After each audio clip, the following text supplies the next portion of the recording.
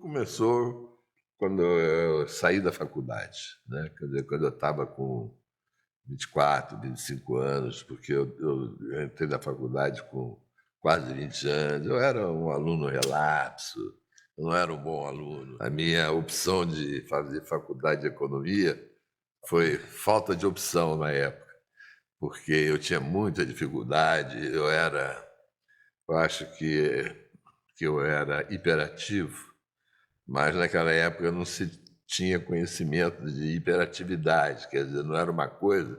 Eu estou falando de 60 anos, 65 anos atrás, e então os pais não tinham noção do que podia ser um filho hiperativo. E eu acho que eu era um filho hiperativo, porque eu tenho um filho que é hiperativo e me identifico tremendamente com determinadas atitudes do meu filho, que eu vejo que são repetições de atitudes que eu tomava na idade dele, quando ele era jovem. Então, certamente, eu deveria também ser hiperativo. Sendo hiperativo, você sabe que o hiperativo é disperso. O hiperativo tem dificuldade para se concentrar. Só consegue se concentrar realmente em assuntos que ele se interessa muito, aí ele é obsessivo. Eu fui passando de ano, mas cada vez carregando um lastro maior de ignorância, não sei se de coisas que eu não sabia, mas eu passava, sei lá como, Aham, estudava no último dia, decorava, sei. colava, enfim. E assim foi, quer dizer, até que eu chegou na hora de escolher para a faculdade, quando chegou na hora do vestibular, o que eu gostaria de fazer, que eu achava que eu levava jeito, era fazer arquitetura. Mas para fazer vestibular de arquitetura, precisava, no vestibular tinha física e tinha química, além de matemática. Matemática, mal ou bem, eu ainda conseguia Uhum. sobreviver. Restaram poucas opções. E naquela época, a carreira de economista era uma carreira que não tinha muita demanda. Eu passei ali, deve ter sido um dos últimos, né? Apesar de que era o FRJ, era a antiga, na época era Faculdade Nacional de Ciências Econômicas, que hoje é a Universidade Federal do Rio de Janeiro. Mas eu passei, teve faculdade, a minha mãe, na felicidade dela, me deu um carrinho conversível, eu ganhei um carrinho nacional que tinha naquela época, chamado Interlagos. Era um carrinho de 2 lugares, lindo e tal. O meu lance era ir para a faculdade, dar um alô para a galera, tinha uma turma de vagabundos que nem eu, que mal entrava dentro da sala de aula, ficava do lado de fora e tal. Lá para as 11 horas a gente já se mandava para ir para a praia. Então, assim foi que eu fiz a faculdade. Mas eu tinha umas amigas que eu sentava do lado, que eram umas CDFs danadas e que me davam muita cola. Então, realmente, eu fiz a faculdade colando. É bom, aí passei. Quando passei, me deparei com a realidade que era a seguinte: eu morava com a minha mãe e tinha que trabalhar. Né? Eu já estava também, já tinha uma namorada, que eu já estava namorando há bastante tempo, e que eu ia ter que, em alguma hora, tomar uma decisão de casar. Aí eu disse, pô, o que, que eu vou fazer da minha vida? Então, um dia, lendo um jornal, procurando negócio de emprego, eu vi um anúncio no Jornal do Brasil dizendo que uma grande empresa do mercado que atuava no mercado de capitais estava em busca de economistas, engenheiros, militares com patente acima de major, tal, que tivessem, que fossem formados para fazerem parte dos seus quadros de assessores. E eles ofereciam um salário bom para a época. Eu não estou formado, faltavam uns 2 meses para me formar. Mas vou lá, custa nada. Aí eu fui lá, cheguei, fui no endereço na Rio Branco 123. Era um prédio bonito, onde tinha um Banco Nacional embaixo, uma agência. Era uma empresa chamada M. Marcelo Leite Barbosa. Era a maior corretora do Brasil. Só para você ter uma noção de comparação, o auge da Ágora A Ágora chegou a ter 42% de market share. Hoje eu não sei, por exemplo, hoje a XP é a maior, eu não sei qual é o market share da XP. Imagino que possa estar aí comparável com o da Ágora. Mas a Marcelo, e hoje a quantidade de corretoras é a metade do que tinha naquela época, porque no Rio tinha umas 90 corretoras.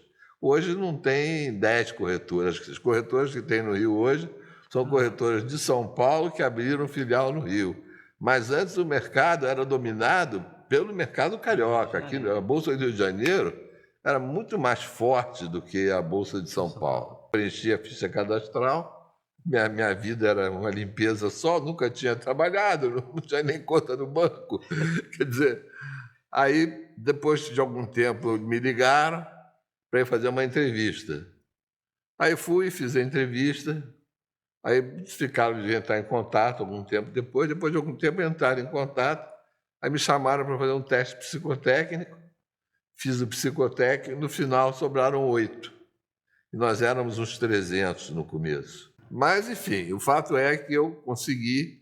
Aí passei um mês em treinamento com um indivíduo chamado Adolfo Oliveira, que era o gerente da área de Open Market dessa corretora, que depois se tornou um banqueiro, um cara da maior competência, ele era um ex-militar, um cara... E fez um treinamento, né, para trabalhar em Open Market, com obrigações do Tesouro Nacional. E você tinha esse departamento, tinha 2 segmentos. Tinha um grupo que fazia a parte comercial e tinha um outro grupo que fazia o contato entre as corretoras, com as mesas das outras corretoras. Então eu caí da mesa das corretoras. E outras pessoas ficavam na parte comercial. Quem ficava na parte comercial ficava ligando para qualquer empresa, pegava a lista telefônica e ficava ligando, olha, sou da corretora tal, só tem em caixa, porque isso que tem que... cabe uma explicação aqui, que quando veio... Isso aí, o Open Market foi reativado em 1964, com a Revolução Militar. Então, porque até 1964, a dívida pública brasileira, todas as vezes que o Brasil fez alguma emissão no passado, nenhuma delas foi paga. Então, a credibilidade era zero. E os militares tentaram recuperar o mercado.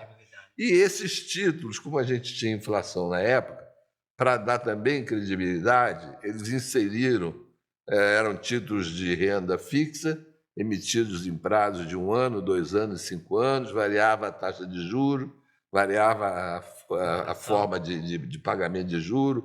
Algumas o pagamento do juro era anual, alguns o pagamento era semestral, alguns era trimestral, enfim. E elas tinham uma cláusula de resgate que você podia escolher ou pela correção da ORTN, ou pela correção do câmbio. Então, por exemplo, se o dólar tivesse subido mais do que a correção monetária, você escolhia que fosse melhor. Tá. Então, foi assim que eu comecei. Naquela época, quem era assessor de bolsa, quer dizer, atendente, você é meu cliente, ligava para mim, para a corretora, eu mandava uma ordem sua. Compra 1.000 Petrobras para o Carlos, tal, não sei o quê. Aí custava, sei lá, 20 mil reais. Deixava, naquela época, a corretagem tinha uma escala, até tanto era 0,5%, até que chegava a 2%. Quanto maior o valor, menor a corretagem.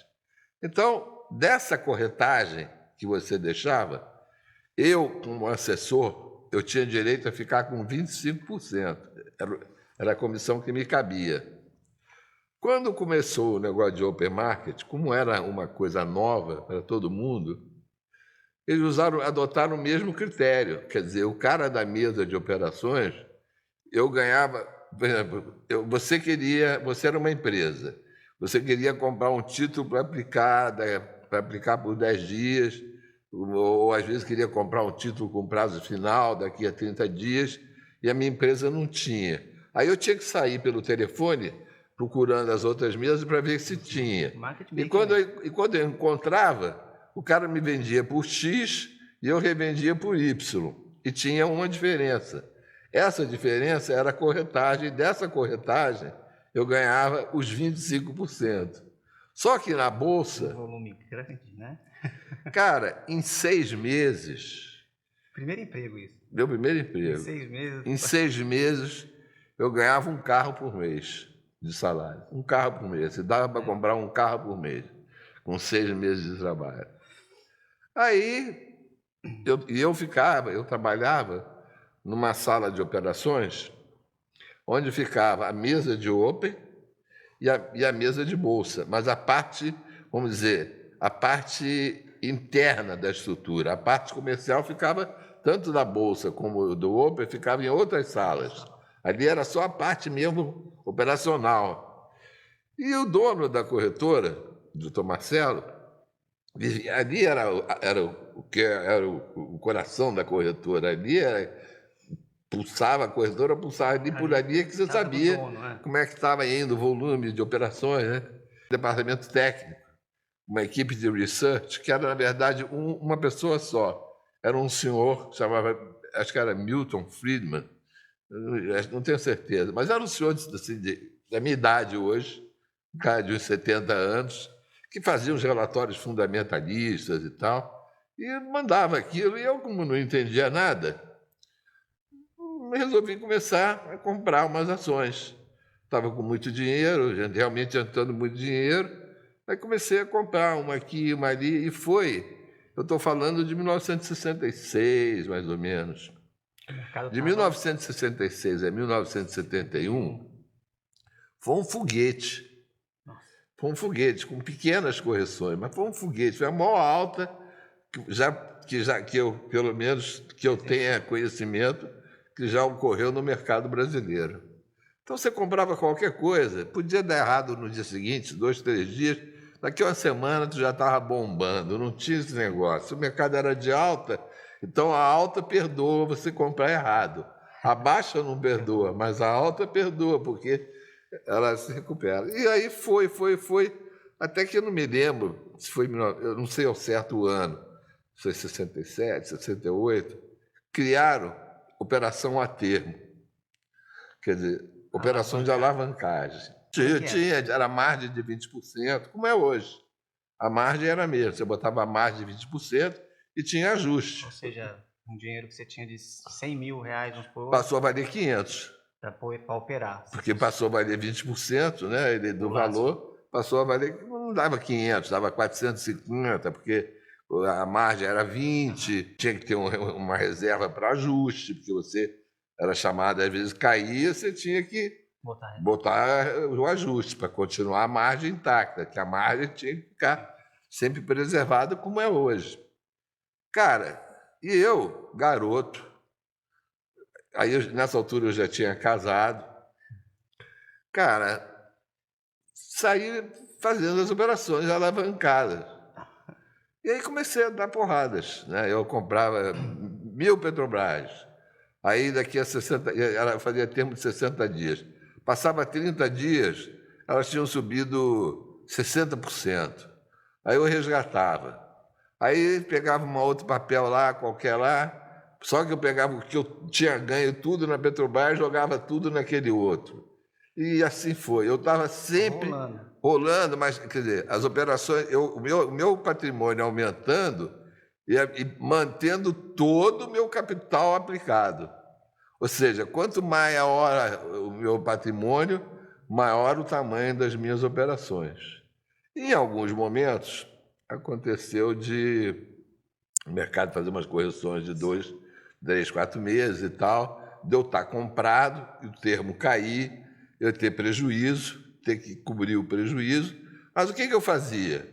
Quando caía e eu perdia, eu dobrava. Vamos dizer, se eu tivesse comprado em 10 mil, eu comprava 20, porque recuperar o que perdeu e na ganhar. metade, porque subindo a metade do que caiu. E ao longo desses 6 anos, só foi o máximo de vezes que eu tive que fazer essa correção foram 2 vezes. E algumas vezes só. E algumas vezes só. Quando chegou em junho de 1971, foi o topo do mercado, você imagina que eu estava operando com toda a minha grana enfiada no mercado, quer dizer, US$ 100 milhões. Equivalente a 100 milhões hoje. Hoje. Isso você fazia, né, mano? A vida de rei é isso. A vida de rei é você ter vontade, o que você tem vontade de fazer, você faz. Muito embora eu não fosse assim, tivesse tantas vontades. Por exemplo, eu detesto o mar. Nunca tive vontade de ter um bar. Então eu nunca tive um bar. Mas eu gostava de carro. Eu tinha 5. Eu tinha 2 Mercedes, uma Alfa Romeo importada, tudo importado. Na época. E, na verdade, eu nem usava os carros para ir para o trabalho, porque o Ronaldo César Coelho tinha um Fusquinha nessa época, trabalhava comigo, vinha lá em casa, me dava uma carona, e eu ia com ele para casa, ia e voltava para o trabalho com ele. Fusquinha. Quem usava os carros era minha mulher, que estudava psicologia, e ia para cada dia, por cada dia ela curtia. Um dia ela ia com a Mercedes Creme, um dia ela ia com a Mercedes Zé Marinho, um dia... Então, cara, minha roupa, eu ia comprar tudo na Europa. Bate e volta. Bate e na volta, época. era bate e volta. Saía daqui terça, quarta, domingo, já estava de volta. Eu estava na loja, comprava 30 calças de uma vez só, entrava na outra.